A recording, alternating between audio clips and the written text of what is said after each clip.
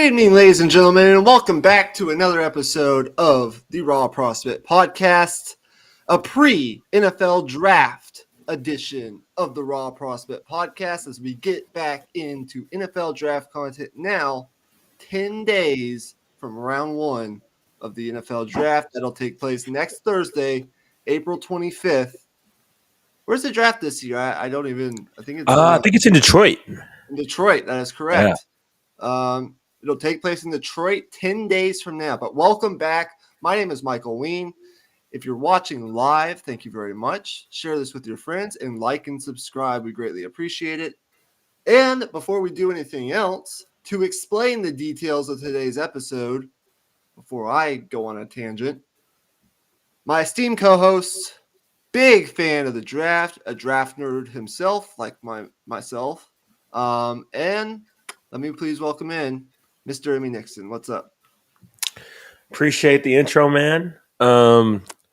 I've just been listening to an insane amount of draft podcasts, like I always do this time of year. It's draft season. In fact, we just had a draft tonight, actually, WNBA draft.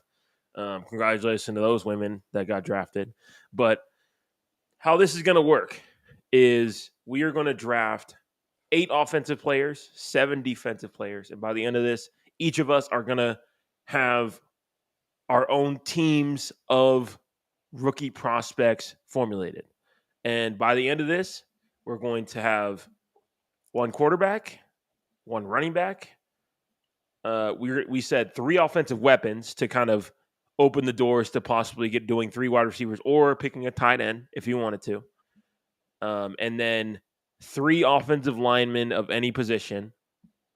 Then on the defensive side of the ball, 2 cornerbacks, a nickelback or a safety. We said 3 defensive linemen of any position, and then a linebacker. So by the end of this, we'll have full teams, and then we'll put those teams onto Twitter, and we'll be able to vote on who had the better team. Who you think had the better team, or which team you would take in a matchup. We'll be drafting based on what players we like, but also we'll be trying to put together a team that makes sense stylistically, all those sorts of things. We're pretty much our own GMs, basically. And although we're not drafting 11 on offense and 11 on defense, we're probably going to talk about a lot of the guys that will probably go, you will probably see go in the first round, if not the early second round, if I had to guess. Now, the way this is going to work is Emmy is going to flip a coin, and I presume he's going to ask me heads or tails to decide who gets the first pick. Right, exactly. So I have the site pulled up right here. Heads or tails for you, Michael? Tails. All right. Here we go. Okay, it is tails. Do you want the first pick? I'm assuming yes. Did we say we're doing a snake draft, or are we doing alternate? I'm thinking let's just do alternate, I think. Okay. I'll take the first pick. All right. Okay, so you get the first pick. You get the pick of the litter of any player you want. Who are you going with? Well, before we do that,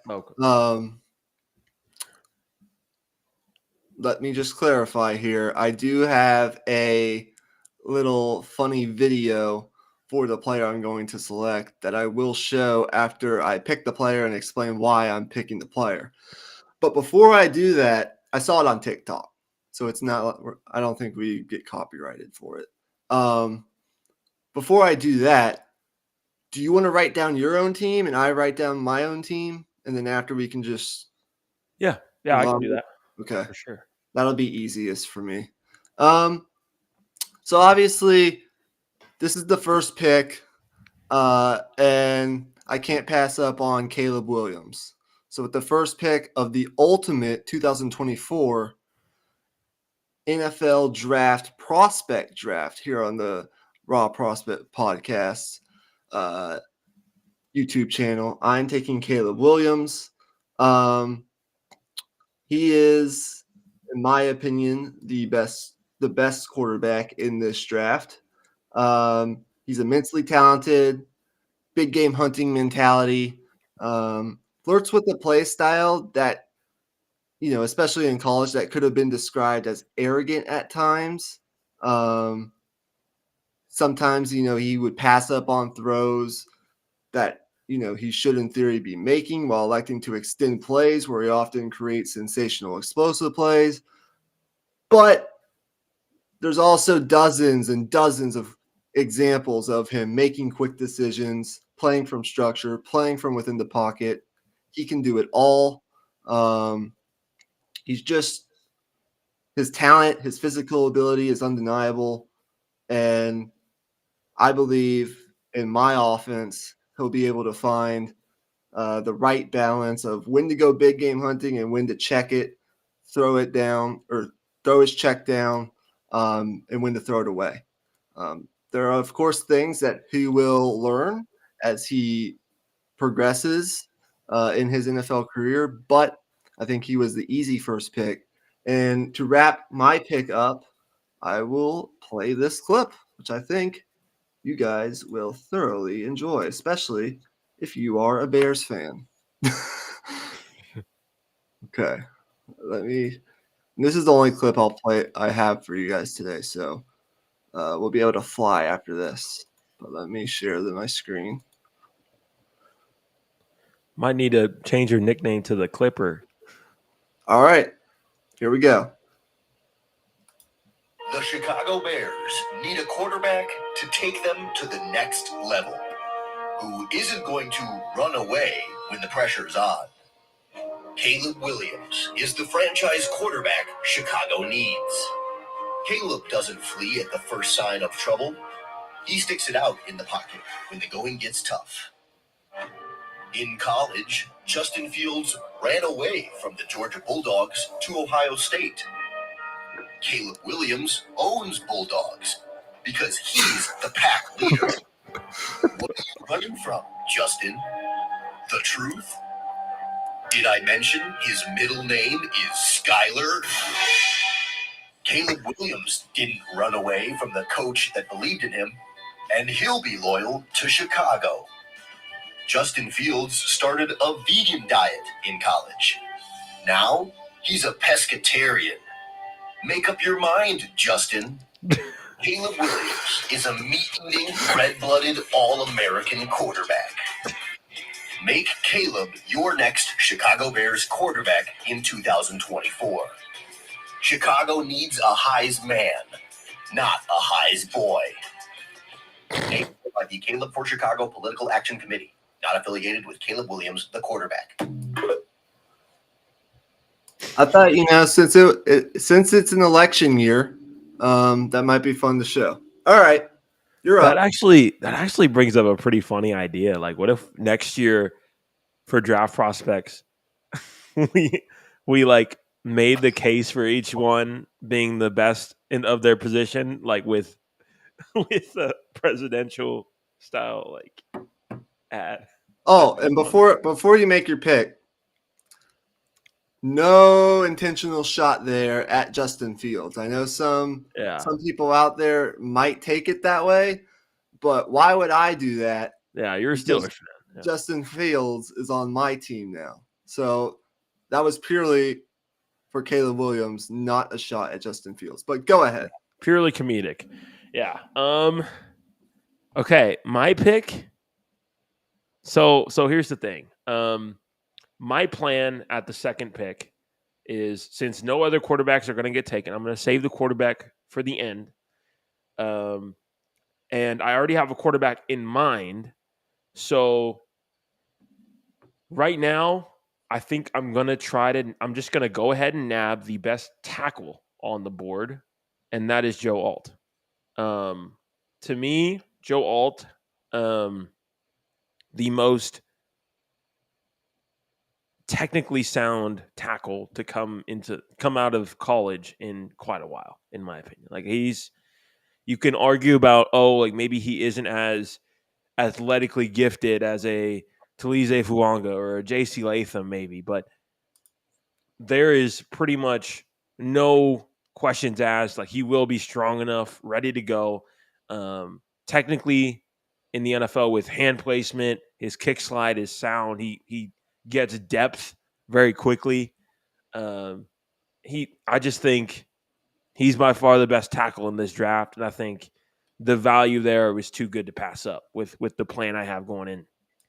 Because I want to pair a certain wide receiver with a certain quarterback, if you catch my drift. Okay. Good pick. Can't go wrong with the best tackle in the draft. There to protect your quarterback's blind side. I love Joe Alt. I think he'll be the first offensive lineman off the board next Thursday, pretty early on. So we come now to the third pick. And for me, there are a couple ways I could go here. I could go best weapon available. I could go even edge. I need someone to get after the quarterback with, some of the better players near the top of the interior defensive line class. I could go interior defensive line, get an anchor for my defense. I could even go secondary. This might surprise some people, but actually, well, fuck it. I'm going to do it. I'm going to go with the best interior defensive lineman in the draft, in my opinion, and that's Byron Murphy. He's rising up draft boards. I think he could go in the top 10. In a world where it's become harder and harder to find great two-way defensive tackle prospects, Byron Murphy is pretty much a godsend for teams looking for the number one interior player along their D-line. I think he projects excellently as a rusher with all the athletic traits you could ask for. He's a little smaller. He's a little squatty, but he's got all the athletic traits you need. He's got excellent natural leverage with his height. And he's got that special combination of like finesse, power, and a motor that for me, I see, and I'm a little biased because I am a Texas fan, but I just think with those three things, his motor, I see it hard. I find it hard to see him failing at the next level. Now, how much he can elevate, we will see, but I believe in my defense, he will be a stud. Rusher, very sound run defender, good overall technique, play strength as a smaller defensive tackle. Doesn't quite have the size to play maybe the nose or two gap at the next level, but he can pretty much do everything else. And he can play all three downs in the NFL. So tested at like a freak at the combine. So that's a little bit surprised at the second pick, but I want to anchor in the middle of my defense. And so I'll take Byron Murphy. Okay. Yeah. I love the pick. I think in terms of defensive tackle, it's him, Johnny Newton, and everybody else. I think there is some like personal preference to it in terms of like Byron Murphy is the smaller type who he's going to wreak havoc in the backfield, while Jer'Zhan Newton is just going to kind of control the line of scrimmage with his strength. Like, you're just not going to move him. And he also has pass rushing chops as well. But I love that pick. I mean, obviously, being a Texas fan, we're both biased. I'll fully admit that. But like, there's no denying that there's merit to what we're saying. Like, even with our bias, I think it's a fully viable pick for sure. So now, and by the way, sorry to interrupt. I'm writing down both teams, so don't worry about that. Go ahead. Oh, okay, gotcha. Well, I've been putting them in the private chat, but yeah. So now for my team, second overall pick, my second pick. You leave me in a bind because I was expecting Marvin Harrison Jr. to come off the board, right there, and then I could just, have it be easy and take Malik Neighbors. But now I'm kind of torn because I do think Marvin Harrison Jr. is the best wide receiver in this draft. But at the same time, I just think Malik Neighbors pairs so well with Jaden Daniels that I think I can afford to wait a little bit now that you've went ahead and taken a defensive lineman. So now that the defensive linemen are coming off the board, I'm going to attack defensive line as well. I'm going to take Dallas Turner. I think my first 2 picks, making sure I control the line of scrimmage, that's going to be a big key. I think Dallas Turner, you hear a lot about, these 5-star prospects come in, and you have a lot of, expectation to develop quickly, like with the technical ability, because a lot of these guys really just win with just physical talent in high school and in some of their time in college as well. But Dallas Turner has done that. He's developed his pass rush moves. He still has some way to go. And I think for my team, I look at that as kind of as a mold of clay to kind of build possibly one of the best pass rushers in football out of within the next 2 years' time. So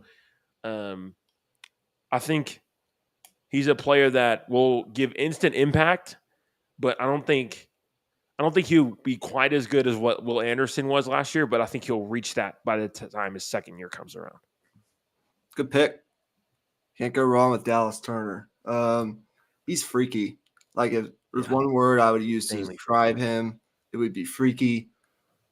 And he's moldable. I think, he declared as a true junior coming out of Alabama, played a lot as a true freshman. He was that good at that school. Variety of rush moves. And it's not just like a speed rush. He's got it all. He could become a star at the next level.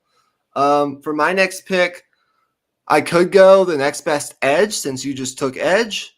I could easily go Marvin Harrison Jr. Or I could take offensive line. I think for me, though, I'm big on the line of scrimmage. I need to protect Caleb Williams. So in my opinion, I'm going to take the next best tackle on my board, which is Olu Fashanu out of Penn State. Okay. He's got, I think, he's an elite pass protecting left tackle. I think he's being commonly advertised and mocked as like a top 10-ish pick, maybe in the latter half of the top 10, but there are teams that need tackles in the top 10, and I think he will go there. Very polished from a pass protecting standpoint. Technically speaking, from his feet to his hands, he's got that lengthy prototype that I really like. He's got an excellent projection as a franchise left tackle. The one area, that you'll see him knocked for is potentially, his run blocking. It's not quite to the level of maybe some of the other tackles in the draft, but I think he can improve there. But I'm mainly drafting him for his pass protective abilities. I think he's going to step in day one somewhere and be a really good, pass protecting left tackle right away, even going up against some of the best edge rushers in the league. I love Olu Fashanu. I don't know if I like him as much as Joe Alt as an all-around tackle, but from a pass protecting standpoint, I mean, I don't know if you can find better in the draft. So I'll go Olu Fashanu.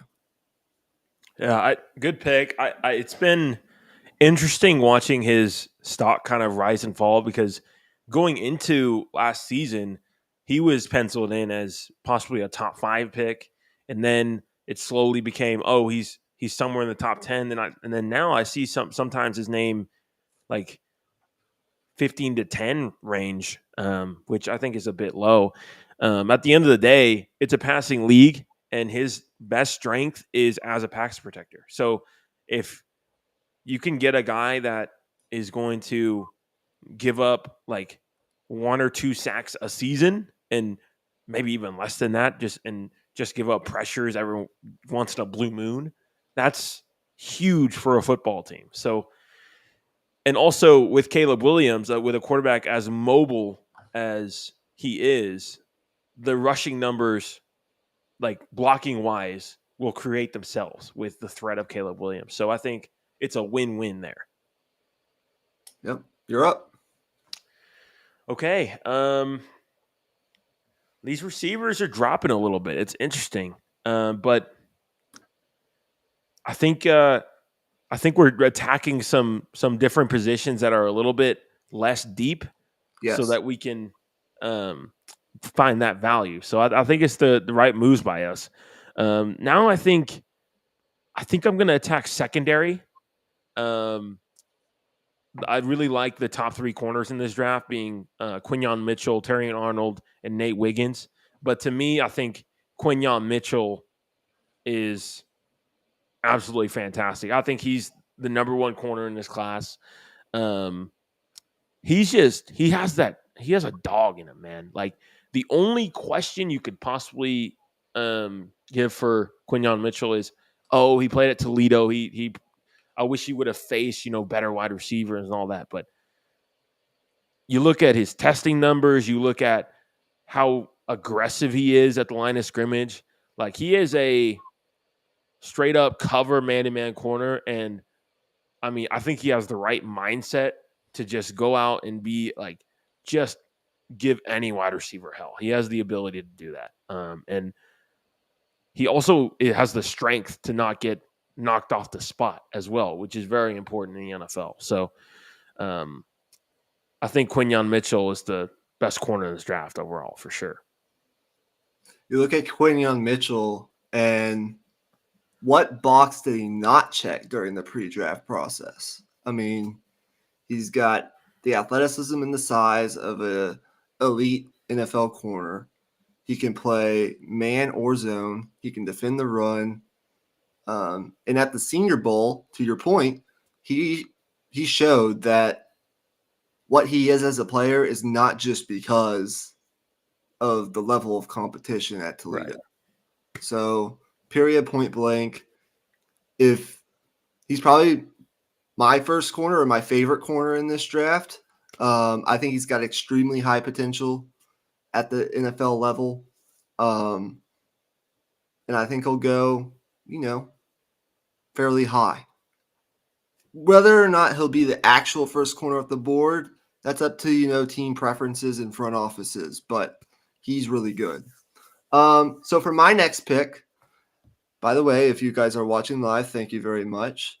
We are doing the 2024 Ultimate NFL Draft Prospect Draft. We're alternating picks. We're drafting 8 offensive players, 7 defensive players, and we've each made 3 picks so far. Emmy has selected Joe Alt, Dallas Turner, and Quinyon Mitchell, and I selected Caleb Williams, Olu Fashanu, and Byron Murphy. So for my 4th pick, I could go corner. Nate Wiggins is right there for the taking. I could go edge, or I could potentially go receiver. But as Emmy mentioned, there's only 2 of us, and there are a ton of really good receivers. And we're each going to get one of them at least, like one of the top guys. So I think I can wait on that a little bit and attack some other positions of need. So I think I'm going to go between Laiatu Latu and Nate Wiggins, but I want to go secondary here. So I'll go Nate Wiggins, the cornerback out of Clemson, as my number 1 corner here.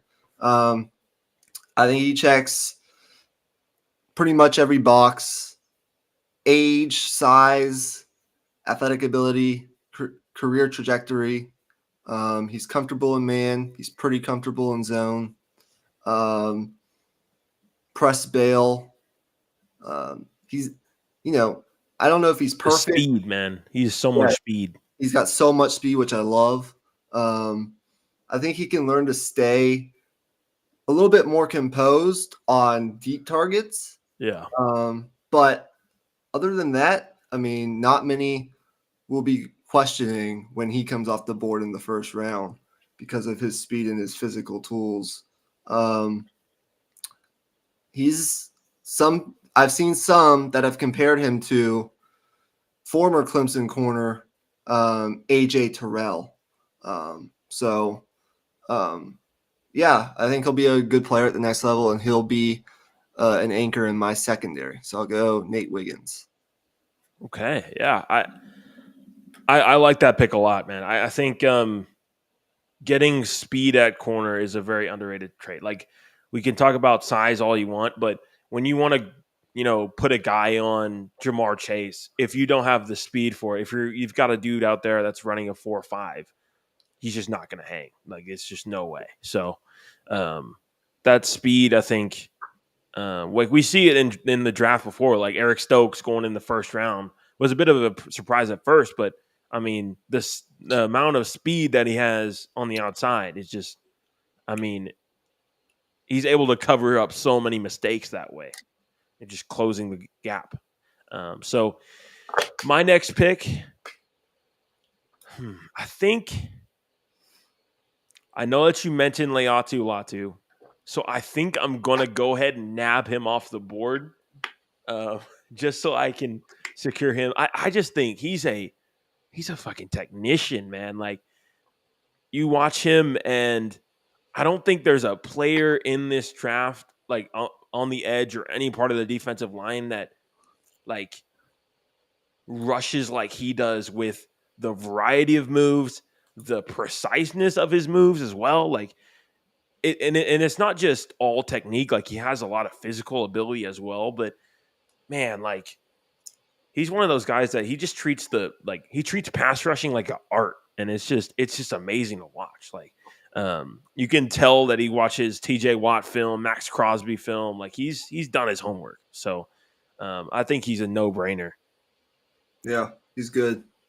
Leatu Latu out of UCLA. He's got all the tools. So, back in 2020 when he was at Washington, he was told his neck surgery would potentially end his football career. But he has persevered, found a way back onto the field in dominant fashion over the last 2 years for UCLA. And that, I think that speaks a lot to his character. And he's put up legitimately, all-time great pass rushing numbers, 27 sacks, 127 pressures, and led all of college football in PFF pass rush win rate in his final 2 seasons at UCLA. So between his smooth movement skills, bend, incredible finesse, he's got it all. And he can be a solid run defender as well at the next level. Yeah, definitely. It's important. All right, good pick. So for me, for my next pick, again, I'll continue to say it. Could go receiver. You've got these edge guys, though. You've got a nasty edge duo between Latu and Turner. And I need guys that can fucking block those guys. So I think I might go tackle here. I just don't know necessarily which one I want. I could go, Amarius Mims. I could go Taliese Fuaga. I could go J.C. Latham. I think I really like Troy Fountainou's pretty good as well. Yeah, Troy Fatanu. Fatanu, I don't know how to say his last name. I'm not sure either, actually. The reason he was visiting Pittsburgh today, which I thought was interesting. But anywho, and he kind of has, I think, some positional versatility. You could play him at guard. Yeah. I could play him at tackle. I think I'm between him and Fuaga. But I don't know. Um, Just a reminder, Marvin Harrison Jr. is still on the board. This is crazy. yeah, fuck it. I'm going to take Marvin Harrison Jr. I think I can get one of those tackles a little later. So I'm going to go Marvin Harrison Jr. Let's just stop this bullshit. Yeah, I mean, so to be fair to us, like we didn't wait on taking receiver because they're bad. We waited on taking receiver because we knew that there were so many good ones, and we're only picking 6 in this exercise. So it's like, yeah, if someone takes the first 3 of them and someone gets the second 3 of them, like you still have 3 good receivers. So, so it's, I mean, so just to defend us right there, but I think now that a receiver's come off the board, now's my wait, turn. what? Whoa. Oh, I got some sorry. stuff to say here. Oh yeah. Go ahead. Yeah, sorry. Look, there's really not much to say actually about Marvin Harrison Jr. There's really not much I need to say, but just in case you kind of are not as familiar, you're just starting to like really get into the draft. Generational prospect is, I think, sometimes a little bit overused. I would more describe Marvin Harrison Jr. as kind of like maybe like the most, you could argue he's the most complete, one of the most complete prospects at the position of the last decade. Yeah. Plus athletic tools, collection of skills, routes, ball skills, nuance, that just put together could already rival some of the better receivers in the NFL today. The weaknesses in his game, I think, are more notes than they are weaknesses. The biggest of which is that he's not necessarily maybe the freakiest of athletes. Yeah. He's a really good one, but the nuances and the physicality in his game are what I think will need to translate to the next level if he's going to be like a great player in the NFL, which I think he can be. So I think if all goes to plan, he's put in a good situation, he stays healthy, and he pans out as a guy that was like the first pick in the draft, probably goes number 3 or number 4 next Thursday. He could legitimately have a shot at carving out a bust next to his father in Canton, Ohio, as an NFL Pro Football Hall of Famer. So that's really all that needs to be said about Marvin Harrison Jr. So I do get my first weapon off the board. Yeah, it's a bit ironic that they're called busts, though, aren't they? Like if you think of draft busts, like you think of like, I don't know, someone who's bad. But anyways, yeah. So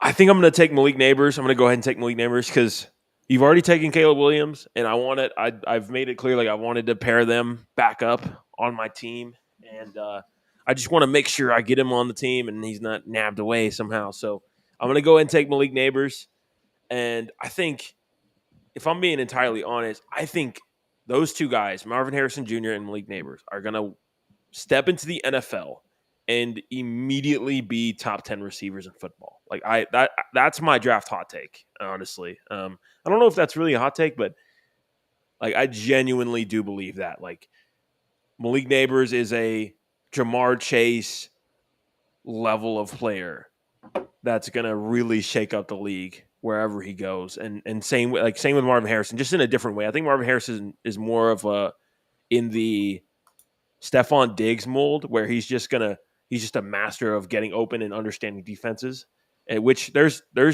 a place for that in the NFL. There definitely is. Like we've seen Michael Thomas have 110 catch seasons doing just that. So I think both of them are going to go into the NFL and be superstars. Yeah, good pick. Can't go wrong with that. Okay. So we're both through, is it 5 picks? No. Let's see. So you have, it's 5.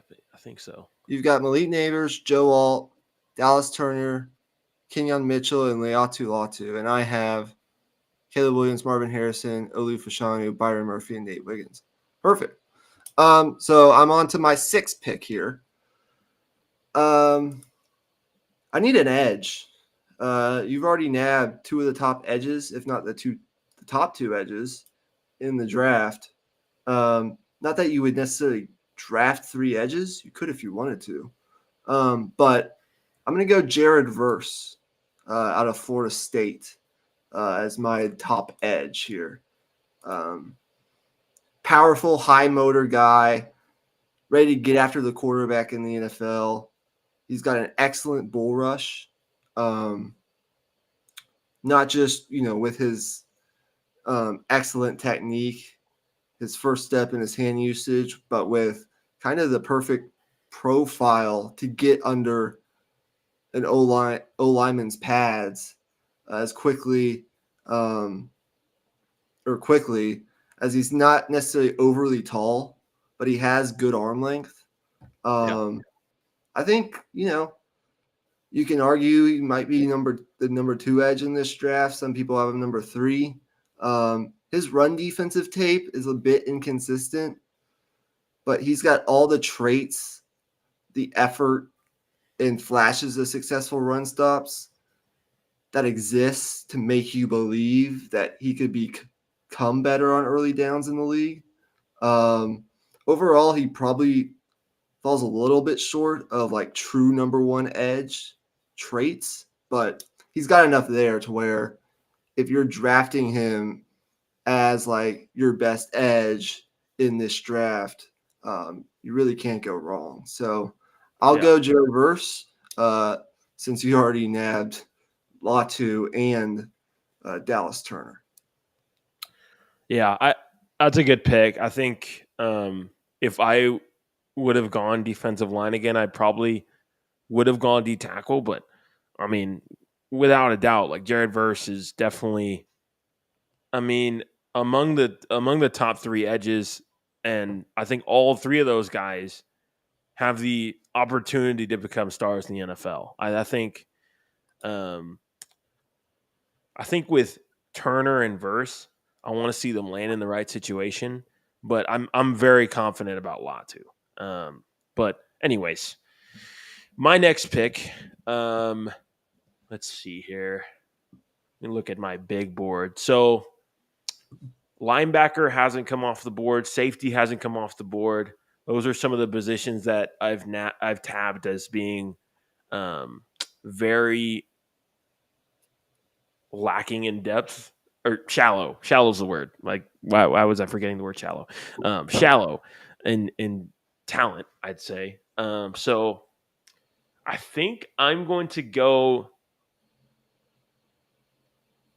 take Cooper DeJean. He's going to play nickel / slot / safety. I can put him anywhere. That's the whole point of, I think, taking him in this spot. I think his versatility can provide a lot of different value to a team, and not only that, but I also think in terms of just his athletic ability and athletic tools, I think it was interesting that he didn't do the 3-cone and all those different types of drills at the combine. I think that kind of leaves a question mark, but I do think that those type of quick change of direction ability like shows up on his tape. So I think he's well worth a pick here. Yeah, good one. Incredibly versatile player. That's really the value you get in him. But he's also, big, physical, highly instinctive. Yeah. Great tackler. Great tackler. His zone skills are phenomenal. You can play him on a lot of different types of schemes, coverages. He's consistent at, recognizing route patterns, snapping onto receivers with confidence. And he's just a really good player. A lot of good defensive players have come out of the University of Iowa. And I think he'll be the next, really good one. Yeah. And if all else fails, he's a great punt returner. So maybe just switch him over to offense. Yeah, exactly. Okay. So So with that, listen, I'm just gonna nab my next best weapon on the board, and that's Roma Dunze. Yeah. Crafty receiver, truly rare ball skills. He's got great body control and ball tracking, ability to high point the football. You can throw it up to him. More times than not, he's probably going to make the catch. He makes tough catches through contact. He's, not the biggest or fastest athlete, but, he brings a lot of craft and attention to detail in his routes and in his release package that I think separate him well to all three levels of the field. Landing in a spot with a quarterback that can also make the most of his ability on back shoulder throws, and winning kind of those well thrown balls deep down the field wouldn't hurt. And so if you pair him with Caleb Williams, who can kind of do it all as a quarterback, I think his skill projects him as kind of like a higher floor and ceiling of a true number one receiver if the tools translate well at the next level. But I've got him, Marvin Harrison, and Roma Dunze. So I'll go ahead and nab in my book the third best receiver. Maybe not even the third best. Like they're all three grouped pretty closely together. But if I were to rank them, I mean, he's right up there. There's no need to really argue about it. So I'll go Roma Dunze. Yeah, good pick. Great pick. He was going to come off eventually. Now that we've had our run of receivers, so definitely a good time to take him there. But for my next pick, I think this is where I go offensive line again. I'm going to take Troy Fontenot out of Washington. He's 6'3", so I think before the combine, a lot of people had him penciled in at guard.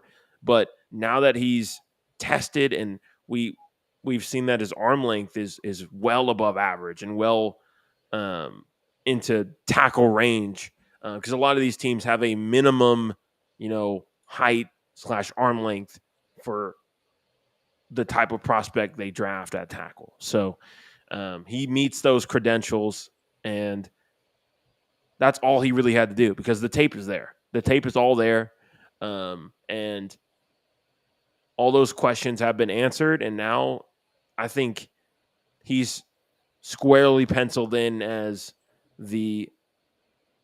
right up there as either the second or third best tackle in this draft, depending on who you value between him and Olu. Yeah, good pick. I mean, there's really not a bad pick with a two-person draft. But I really like it. Your defense is looking good. And your offense, still working on it, but you've got really good tackles. You've got the versatility with Fatanu to play him inside or outside, and you got Malik Neighbors, who's just he's an alien. Okay, so we're both now through, if I have this correctly, 6 picks. I think so, yeah. So, actually 7 picks, I think. So, for my next pick, let me see here. I have one corner. I could go interior offensive line, like maybe a center, since you could make the argument that there's not a ton of depth there, but there's enough for a 2-person draft. Yeah. So I don't need to do that right now necessarily. I have 2 receivers. I could just go ahead and get a tight end, but I think from my perspective, let me see here. Let me look at my big board. I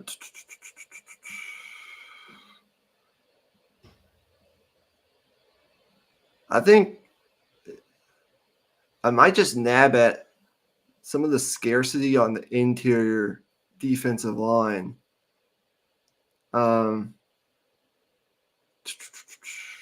I don't maybe, or I could go corner. Johnny Newton still there. I'm gonna go Johnny Newton. I'm gonna Yeah. do it. I'm gonna pair him with Byron Murphy. Yeah, that's a really good pick. I forgot about him. He's already gone, I think. He's a really good interior pass rusher. 2 straight years of high-end production, getting after the quarterback in a conference with a ton of good offensive linemen. He was going up against a lot of NFL players. Yeah. He was going up against. Exceptional lateral agility, positions himself well, taps into his positioning with all the different moves that he has as a pass rusher. Swims, rips, cross chops, getting around interior linemen who don't necessarily have the quickness to stay square on him from a blocking standpoint. I think that translates well to beating NFL linemen. The rest of his game is a bit more inconsistent.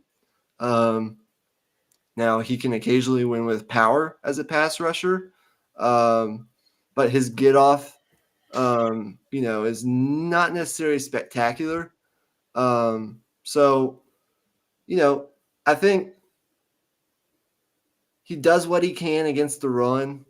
He's got some slippery block shedding ability if left one-on-one against outside zone, but any sort of double team or down block is going to be tough a little bit for him, maybe initially. Yeah. But he's a really good player. I think overall, when you look at him, I think his pass rushing, these pass rushing interior players like him are just so hard to come by. And now I kind of have 2 of them, if you will. Yeah, you do. You got a dynamic duo in there. And thinking about stunts between Byron Murphy and Johnny Newton is insanity. Like, that is terrifying. So with that being said, I think I'm going to go ahead and draft Talize Fuanga. I'm going to put him at guard, I think, just because he would be good at tackle in a pinch, but I think in terms of his kick slide, I think he's just not quite as fluid as some of these other guys at tackle. But I do think he would be an instant Pro Bowler at guard. Like, he is so good in the run game, just so insanely good in the run game, that he'd be worth putting on the field, even if he was a turnstile at pass blocking. But he's not. He's already well equipped to do that. So I think, if you want a instant impact on the inside of your offensive line, in terms, if you want to, add to your run game, I think he's the guy. Good pick. Probably should have taken him, but man, you got to sacrifice somewhere.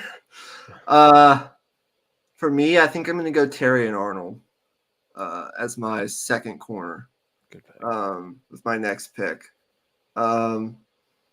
He's got really good ball skills. He really burst onto the scene in his junior year last year. Plus coverage player. Good in and out of breaks, once receivers. He's in their hip pocket. He's a total pest at the catch point. He's got good length, physicality, hand-eye coordination.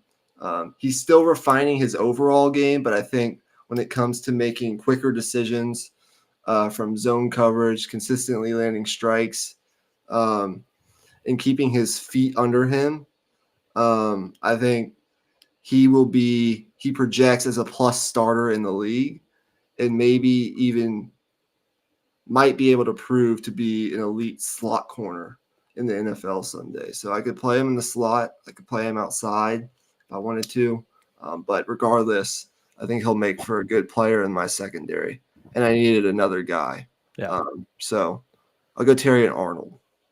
Okay. Yeah, I like that. I like that pick a lot. I think between those top 3 guys, you could argue who you could have at the top, but regardless, I think at corner there's a little bit of a drop off. I think after the fourth guy, if you're counting, I guess if you're counting Cooper DeJean after the fifth guy, but between Arnold, Mitchell, and Wiggins, those three guys, those are the main top three, and then after that is a drop off. So it's good value to take him at this spot with all those other guys off the board. So, anyways, now, I think it's time to go offense. I've made a lot of defensive picks. Okay, so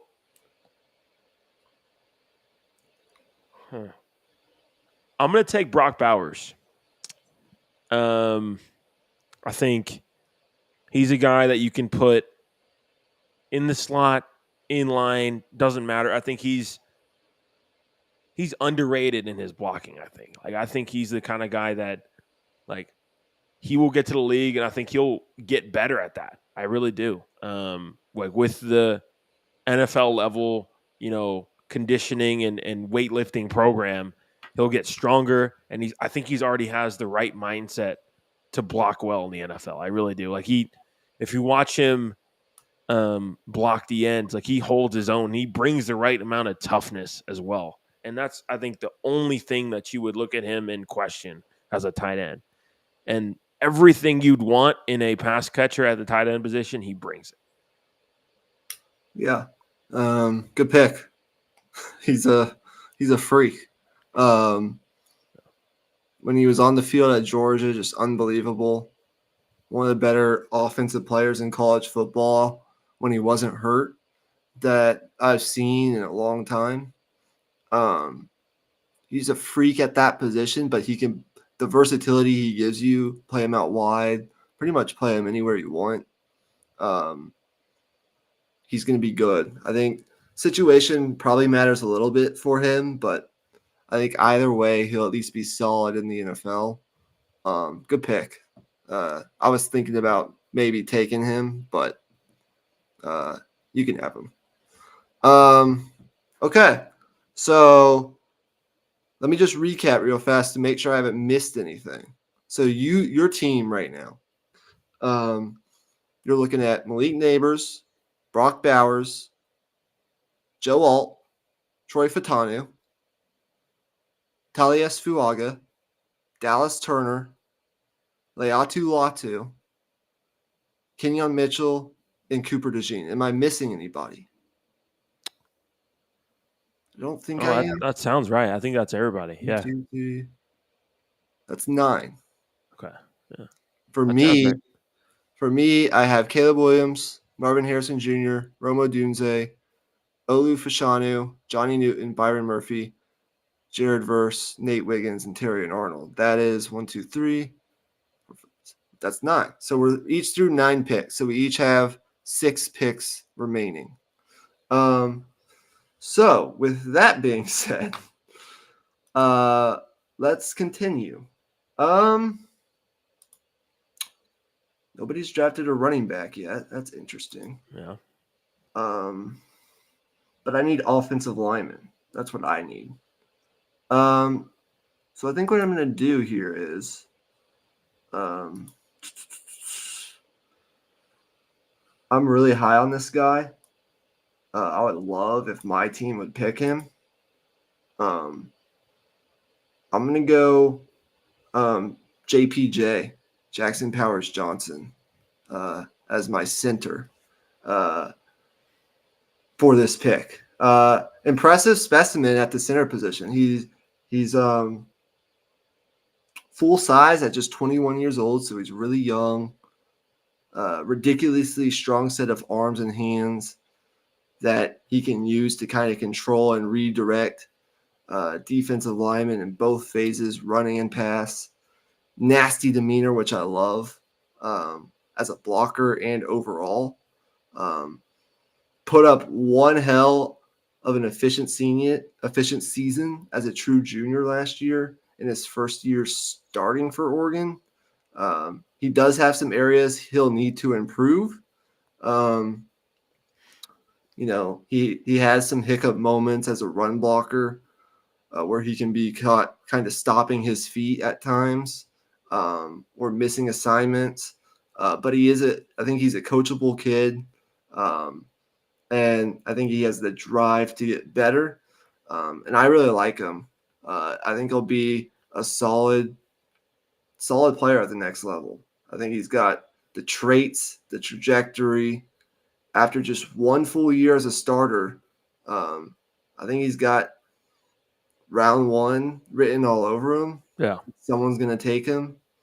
And I think he's a high potential starter who should be a solid starter right out of the gate, even if he might have some flaws to his game. So I'll go JPJ, Jackson Powers Johnson out of Oregon. Yeah, good pick. I think he was the best interior lineman on the board for sure. Okay, my next pick. I think I've been avoiding this position a little bit, but I think it's one where there's a bit of a drop off after this first player. So I'm going to go linebacker. I'm going to take Peyton Wilson out of NC State. If you look at him, I think he's getting underrated a little bit in this draft. I think just from a positional need standpoint, I think a lot of teams are getting scared off of taking linebacker in the first round just because the hit rate has become so low on those these past few years. But if there were any in this draft that you would consider, it would definitely be him. I mean, if you look at, just the missed tackle rate, just his ability to put his foot in the ground and drop and get depth as well. I think he already has some pretty good zone instincts, and that's a lot of what you're going to ask him to do in most systems. So I think he has the size to thump in the run game and the ability to play pass coverage at a good level. So that's all I really want out of a linebacker. Yeah. There's some scarcity at that position for sure. Good pick. So now on your defense, I believe, let me see. Hey, you've got a couple. I think I'm only missing a defensive lineman now. Or wait, actually. No, so you got Peyton Wilson, Dallas Turner, Leatu Latu, Kenyon Mitchell, and Cooper DeJean. So you need a couple more. Okay, so you need another secondary player and another defensive lineman. Okay. Or edge. Okay, gotcha. And then on offense, we both need running backs. We both need a quarterback too. Both need another weapon. You need a quarterback, and I need another offensive lineman. Okay. So with all that being said, I mean, the linebacker's going to be there for the taking now that you have your guy, so I can wait for that. Yeah. I'm good on defensive line. I could go secondary here. I could go playmaker. Could go running back. But I'm going to finish it. I think I'll finish out my offensive line because you do have a pretty nasty duo of edge rushers, as I mentioned earlier. My next tackle on my board, and you can make an argument for another guy here, but I personally like Amarius Mims. Is that how you say it? Is it Amarius? I think it is Amarius. Yeah. Amarius Mims. Yeah. I'm not sure. A concern with him is kind of a lack of playing time. Yeah. At Georgia. Just 638 career snaps, no more than 300 snaps in any season that he played. But his tools are absurd. He's a really good athlete. 6'7", north of like 335. Yeah. Played more had he played more at Georgia, who knows what we're talking about here? Yeah. Maybe had a little more time to develop more reps. He did proceed to miss a healthy chunk of this past season due to injury. So his lack of playing time, while it can still be considered a knock, can be kind of easily explained to some degree. But his damn near dominant tape for a guy who hasn't played much, and beyond, ticky tacky coaching points, he surely needs to learn from. I think he can get better at recognizing, reacting to, and cutting off, inside rush moves, which are probably his true kryptonite right now when you look at his film. But I think he seriously has the upside of like an all-pro kind of caliber tackle. And so given his upside, it wouldn't be a huge surprise to me if he comes off the board next Thursday a little earlier than some people might think. But I need another tackle with your edge guys, and he's just big with a lot of really nice physical tools. He's a little raw, but I'll take him. Yeah. I like the pedigree of guys from Georgia. I see what the Eagles do year after year, and I'm just gonna stick to that. Yeah. I mean, can't go wrong with that pretty much. I mean, it's been pretty much as good a hit rate as any school the last few years, it feels like. So, and also I just think you bet on the physical tools as well. Like, Yeah. At the end of the day, like you put him in an NFL coaching system, and then from there it's just whether he puts in the work. And I think from what I've heard from him in like interviews and stuff like that, it seems like he'd be the guy to do that. So, okay, my next pick. I think for a second I was thinking running back, but I think I'm going to wait on that.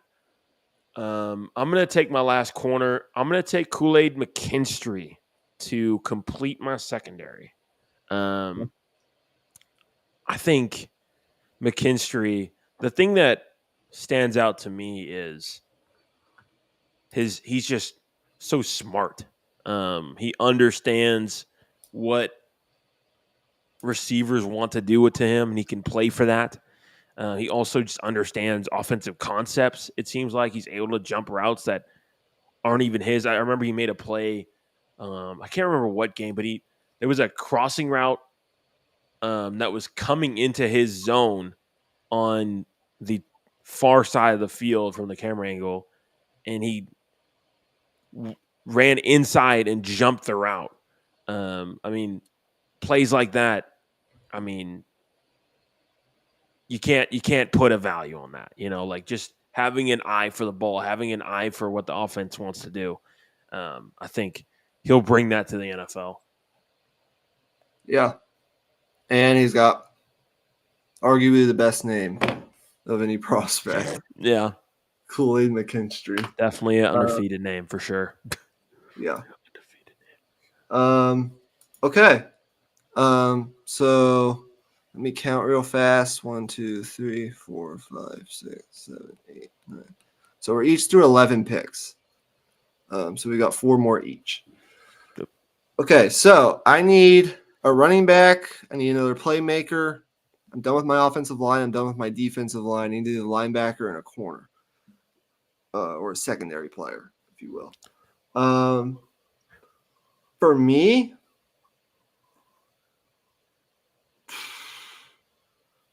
I'm just going to go ahead and do it. I know the position is kind of devalued in a way at the NFL level, but I'm going to go ahead and take my top running back in the draft, Trey Benson out of Florida State. Darn it. I think this kid he's got the physical tools, the high end play on tape to become like a superstar bell cow caliber back in the NFL very soon. Breakaway speed, 6 foot, 225 ish. elite contact balance, 124 missed tackles in 2 years. That's legit. Yeah. He's a threat through the air with some smooth hands, very capable, running with power, turning out difficult yardage. Run him behind JPJ and Amarius Mims in my offense. I kind of like the sound of that. He's going to need to clear some medicals. His medicals will be interesting. That's all I'll say, because he did suffer a gruesome leg injury as a true freshman at Oregon, where he tore his ACL, MCL, and hamstring. And it really took him kind of a season and a half, 2 seasons to get back to himself. But as long as, the doctors don't really see any issues, I think his ability to recover from that injury speaks to kind of his willpower, football character, and athletic ability. And I just think he's just a slight – I give him the edge over probably the next best running back in the class. I think he's just kind of a step above through his all-around game, and the fact that the injury he's coming off of was 2 years ago, whereas, the next best running back on my board is just now coming off an injury. So, yeah, Jonathan Brooks. Yeah. So, I don't know. That probably doesn't matter in the grand scheme of things, but I'll take Trey Benson, running back. Yeah, I can't go wrong with that. I mean, I mentioned to you on the phone earlier that I don't think there's a Jonathan Taylor in this draft, but if there was one, it would probably be him. I think the fact that he was able to suffer that injury that he did and then go to the combine and run a 4.39, I mean, that's absurd, especially with his size profile as well. I think in terms of acceleration, he leaves a little bit to be desired, but I think just recovering from that just takes time. I think he's just, I think he's going to continue to improve that acceleration ability, which is pretty interesting. Like, I think that if he does do that, he has a chance to be a top running back for sure. Now, for me, now that you've taken running back, I'll wait on running back for a bit. I'm going to go ahead and complete my defense and take Braden Fisk out of Florida State.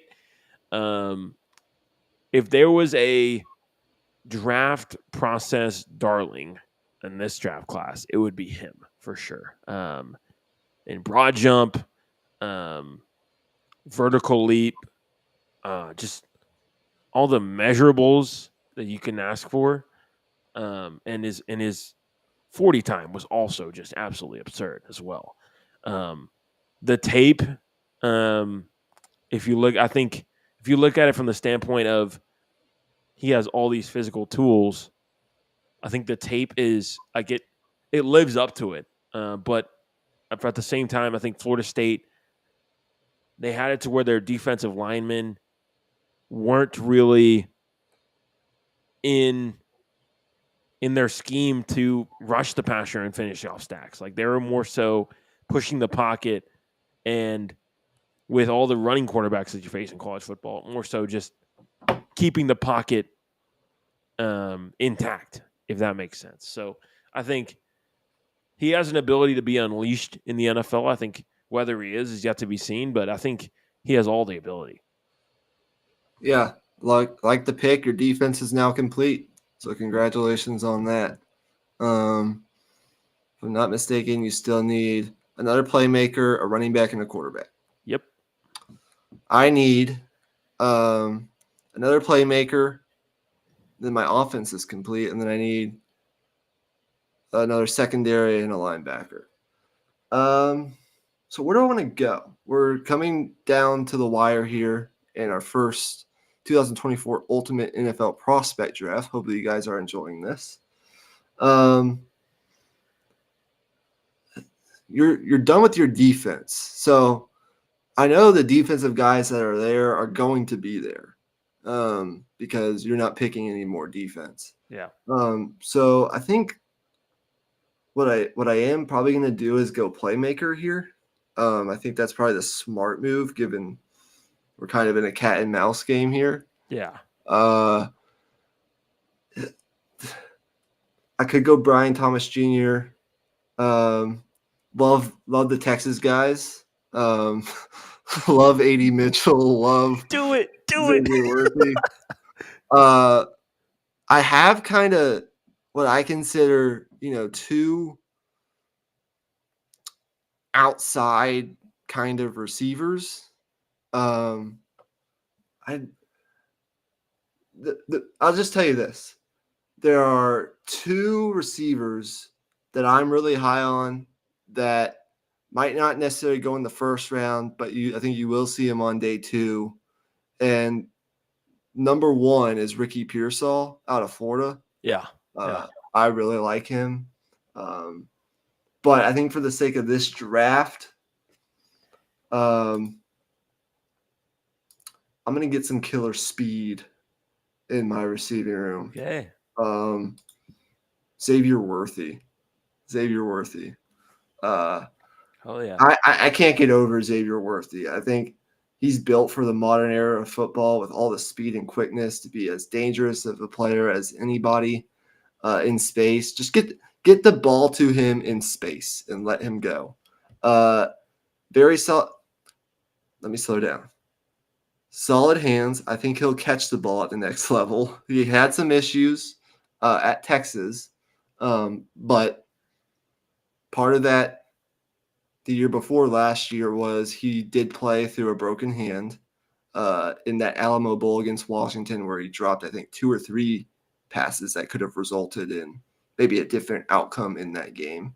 But he's got good hands, great route runner. Like Xavier Worthy does, I think, one of the hardest parts of being a receiver, that is getting open, and he makes it look pretty easy, or at least he did in his career at Texas.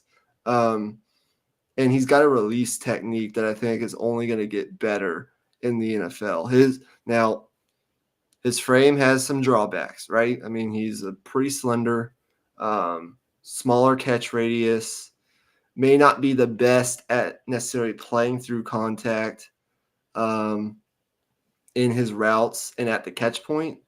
But with the right scheming, which I'm going to assume I have on my coaching staff, and good quarterback play, which I think I do have with Caleb Williams, I think he has a chance to be a real headache for defenses. And you can use Xavier Worthy in a lot of different ways if you wanted to. So I wouldn't, if I were an NFL team, I probably wouldn't take him above AD Mitchell.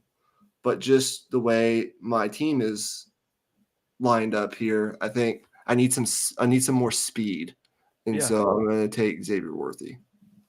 Yeah, I mean, I agree with the pick for sure. Throw this guy on the Dolphins. I dare you. Like, honestly, just that would be insanity. But man, there's not much more to say than what you already said. But I mean, he's a guy I'll be rooting for hard in the NFL, no matter what, for sure.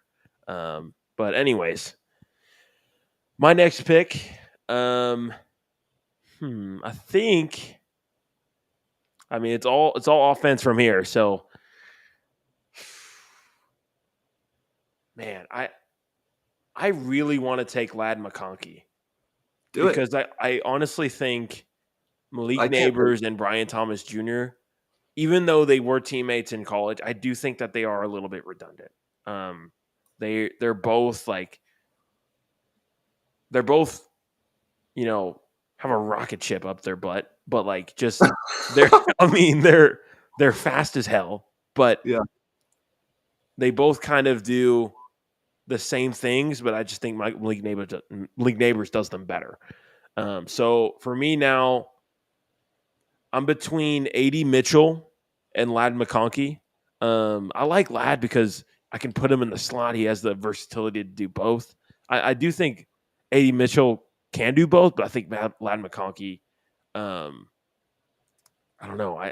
I'm really high on Ladd McConkey. I don't know if you noticed, but I'm like just him. going to go ahead and take AD Mitchell. I think to me, he's the last guy on the board with legit number one wide receiver potential. I think what he showed in college is his route running ability and fluidity is just fantastic at his size profile. And I think there's still another level to be reached in terms of run after catch ability. And I think he can do it, though. I really do. I think that's more of maybe a coach in the NFL will have to get that out of him, kind of that aggressive mindset to be like, oh, like I'm gonna run through this guy. Like I'm gonna let me make a move and try to get to the end zone. Because we didn't see a lot of that in college. And I think if he does that, we're looking at, possibly a CeeDee Lamb level player, maybe. Yeah. AD Mitchell's good. I mean, there's a reason that guy, everywhere he went, he won. And in the biggest games, he played his best. So I think he'll do great things at the next level. So that's a total of, assuming no more, I don't think any more Texas players will be drafted. That's 3 of them. That's Byron Murphy, AD Mitchell, and Xavier Worthy. So good for us. Unless actually there could be one more, but I'm not going to say anything. There could be. Yeah. So I think my offense is done. My defense is not. I need a linebacker and another secondary corner, safety, whatever I want.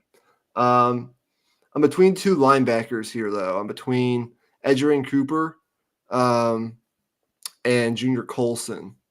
I think those are the next 2 guys you'd probably pick from. Do you disagree with that, or do you? No, I don't disagree. I think both of those guys would be good at the spot. Yeah, it's just what I want. I think I'll go Junior Colson from Michigan. He's the one thing I like about him is he understands the position. He was asked to do, I think, real NFL type linebacker things in that defense at Michigan. He's a Raven style defense. Yeah, he's a consistent tackler.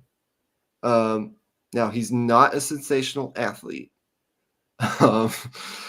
And it's a little concerning that he wasn't able to test in the pre-draft process due to, I think it was a hamstring injury. But I think there's a lot more to like on tape than there's not, which you could argue is kind of a rarity for inside linebackers in today's college landscape. With his size and experience running the position in an NFL kind of scheme, I think he is a legitimate shot on a real NFL team. Of course, he's going to start in this hypothetical scenario at competing for a starting linebacker job out of the gate. That'll depend on where he goes, but I think once he does become that, once he does get a spot, he could hold on to it for quite a long time and have a really solid NFL career. It's just barring injuries, which for him have kind of started to stack up as of late. That is a concern, but that's a concern for a lot of other NFL, everybody playing football, basically. Yeah. So it was close between him and Edgerrin Cooper, but I'll go Junior Colson for my linebacker. All right. Yeah, I mean, definitely has experienced more winning. Let's just say that, definitely. And he's also not an Aggie, which is a plus. So yeah, and that's another reason. Like, I don't think Aggies. Fuck them. Yeah, fuck them. Okay, go ahead. All right, you're up. Okay. Last couple picks for me. I I think for my running back spot, I am between Marshawn Lloyd from USC, who I think has the best pass catching chops out of the backfield out of anyone in this class. And I also think as a between the tackles running back, his 2022 tape was actually really, really good in terms of that. I think in a lot of different ways, USC was a dumpster fire. Let's just offensive line wise, like it was bad. Like it was really, really bad. And he made it work. He still had a very productive season. So I'm considering him here, but I mean, at the end of the day, I'm a Longhorn fan, so I'm taking Jonathan Brooks. In theory, if our two teams were to play each other week 1 of the NFL season, I don't know if he could play, but we're going to assume he can. I could put Brock Bowers at running back. No, we're going to assume he can. Yeah. We're going to assume he can play, but go ahead. You have anything else to say? No. I mean, I think just as a runner, his vision, I think, is his best attribute. He's able to make cuts and find the right hole. He's patient. And, the explosive ability, I think, is what, like, when you look at this class, like, you look at, Jonathan Brooks as, like, oh, like, he probably doesn't have the explosive ability to be a first-round pick, yada, yada, yada. But, I mean, he still has plenty. Like, I think if you were to compare him to, like, a David Montgomery, I think he's far more athletic than a David Montgomery type. So I think he definitely has plenty physical ability to be a very good running back in the NFL. Yeah, I agree. Okay, so we're each to our last pick, and your last pick is going to be a quarterback. My last pick is going to be a corner. Yep. Safety. We haven't necessarily drafted like a true safety yet in this draft. There are a couple that I like. Tyke Smith. Is that his name? I think so. Javon Bullard. Tyler Nubin out of Minnesota. There are a lot of good players here. I think I might be between, honestly, Tyler Nubin and Tyke Smith.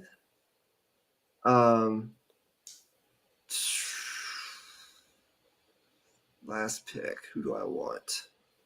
Just throwing this out there. I've actually heard some rumblings about teams wanting Ennis Rakestraw at safety out of Missouri. Yeah, I was also considering him because he's the next corner on my board. I'll go Rakestraw. I think he's a feisty corner, under the radar, length. I think he can be a pest in man coverage and a weapon against the run. He's polished in press and man coverage. Excellent patience, route recognition, good program with good coaching, good zone IQ. I think he'll be comfortable at the next level. I think he's a really good player. Played against really good players. No questions about competition. I think he could easily start or, rotate in the slot and hold up just fine. In fact, I think the slot could be his best position at the next level. So I think it's probably the best pick for me given where I'm at. So that will be my last pick, Ennis Rakestraw out of Missouri. All right. Yeah. Glad I was able to sway you there. I think he's a really good pick on that spot. I think you mentioned the word feisty. Like that's his whole shtick. Like he's a pest. He's Patrick Beverly as a corner. So, What a comparison! I like that. That's what he is. So, you take that on your team any day. Yeah. So, anyways, my last pick. I'm taking Jaden Daniels out of LSU. I think. Well, I have him as the second best quarterback on my board. So do I. I'm not like against the whole Drake May as the number 2 QB guy, but for me personally, I don't have him there. I just think Jaden Daniels, his running ability, his consistency in his throwing motion, like it stays consistent every single time. Short pass, long pass, doesn't matter. His mechanics are very fine tuned, which I really like. And he just has an understanding of matchup hunting as well, which I really like. Like I think sometimes you see quarterbacks kind of like, oh, like I need to read. Like, no, just look off the safety and throw to your dude on the left side of the field. That's probably going to win against that corner. So, like, I think he has a deep understanding of the game, just in terms of our guy against that guy, our guy will win. Like, I think Tom Brady used to do that quite a bit. Mahomes does it now, and I think he'll do that in the NFL as well. Yeah, I agree. Okay. That's going to do it here for our first ever, I believe, this version, 2024 Ultimate NFL Prospect Draft. We will be posting these teams. But for the sake of concluding this episode, there is a ambulance or something out there. I hear that. Yeah. I'll just run through them real quick. So for Emmy's team, at quarterback, Jaden Daniels, LSU, great pick. And he was Mr. Irrelevant in this draft, funny enough. Jonathan Brooks out of Texas as his running back. For his playmakers, he gets 3 of them. Malik Neighbors, freak. A.D. Mitchell, awesome. Brock Bowers, freak. No. And then love his offensive line. Again, that's 3 offensive linemen, any position, if you weren't here in the beginning. Joe Alt out of Notre Dame. Troy Fautanu out of Washington, who had the best offensive line in college football. They won the Moore Award for that. And Talias Fuaga out of Oregon State. On defense, he goes edge, Dallas Turner. Edge, Leatu Latu. That's a big strength of his team. Interior defensive lineman Braden Fisk out of Florida State, who tested really well in his pre-draft stuff. Really like him. Peyton Wilson, who you're pretty high on as a linebacker prospect, and so am I. And then in his secondary, he goes Kenyon Mitchell, who we agree is the best corner on the board. Cooper DeJean, who will kind of be your versatile, do-it-all kind of guy. And Kool-Aid McKinstry out of Alabama, who arguably has the best name in this draft. Now, for my team, I go Caleb Williams out of USC. And once we're done with this episode, guys, rewind it to the very beginning and watch the TikTok that we played. It's pretty good. Trey Benson, the running back out of Florida State, who I think has a good chance to be very good very soon. For my playmakers, I've got Marvin Harrison Jr. out of okay. I wrote down Marvin Harrison Jr. out of Washington. Oh, God. Anyways, Marvin Harrison Jr. out of Ohio State, Rome Odunze out of Washington, and Xavier Worthy as my speedster out of Texas. And then I've got JPJ, Jackson Powers Johnson, as my center. And then for my 2 tackles, I've got Olu Fashanu out of Penn State and Amarius Mims out of Georgia. And then for my defense, I went heavy on interior defensive line, where Emmy got arguably the two best edges. I got the two best interior defensive linemen with Johnny Newton out of Illinois and Byron Murphy out of Texas. I got Jared Verse as my edge guy. Junior Colson out of Michigan, who's played a lot in the NFL kind of scheme as my linebacker.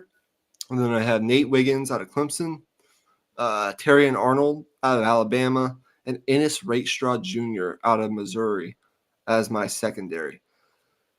We each have our strengths and weaknesses, but now we will leave it up to you guys to choose who drafted the better team. And look, I mean, we're probably splitting hairs here, right? But yeah, I think Emmy's won a lot of these competitions that we have done in the past, so maybe vote for me this time. No, just kidding. Anyways, I promise I won't vote for myself this time. Neither of us can vote for ourselves. Yeah. Don't do that. Yep. Or if you do, tell me so I can vote for myself. Yeah, I got you. Anywho, though, that's gonna do it. We'll be back for a Deep in the Heart of Longhorn Sports here in a little bit. So, with all that being said, and we'll also, Emmy, before we go, probably there's at least gonna be one more NFL draft episode. Maybe two if we could fit it in, because I know we want to do some individual team mocks, and then we want to do one last full first round mock, I think is our plan. Yeah. So there could be two, but there's going to be at least one NFL draft episode. Yeah, one for sure, but possibly two. It's tough because NBA playoffs is starting this week, so yes. That'll take up some stuff as well. So we'll see on that. Are we going to be? I know we're kind of going behind the scenes here a little bit. Are we going to be doing an NBA episode later this week or this weekend? Do you think, like, react to the play and kind of look at the first round, or do you want to wait on that? I definitely would do that. Like I know we haven't talked about it yet, but maybe on Wednesday when we do our second dit hole, we could react to some of the initial playing games as an NBA episode and kind of preview the first round matchups. We've already kind of done that, so we don't have to go as in depth on each one, but we could do it in a way where we could fit it in like 45, 50 minutes. Yeah. We'll talk. There's been some changes, so I think the matchups that have changed, I think we covered those. Yeah, we'll talk about it. But anyways, guys, thank you guys so much. Thank you guys so much for tuning in.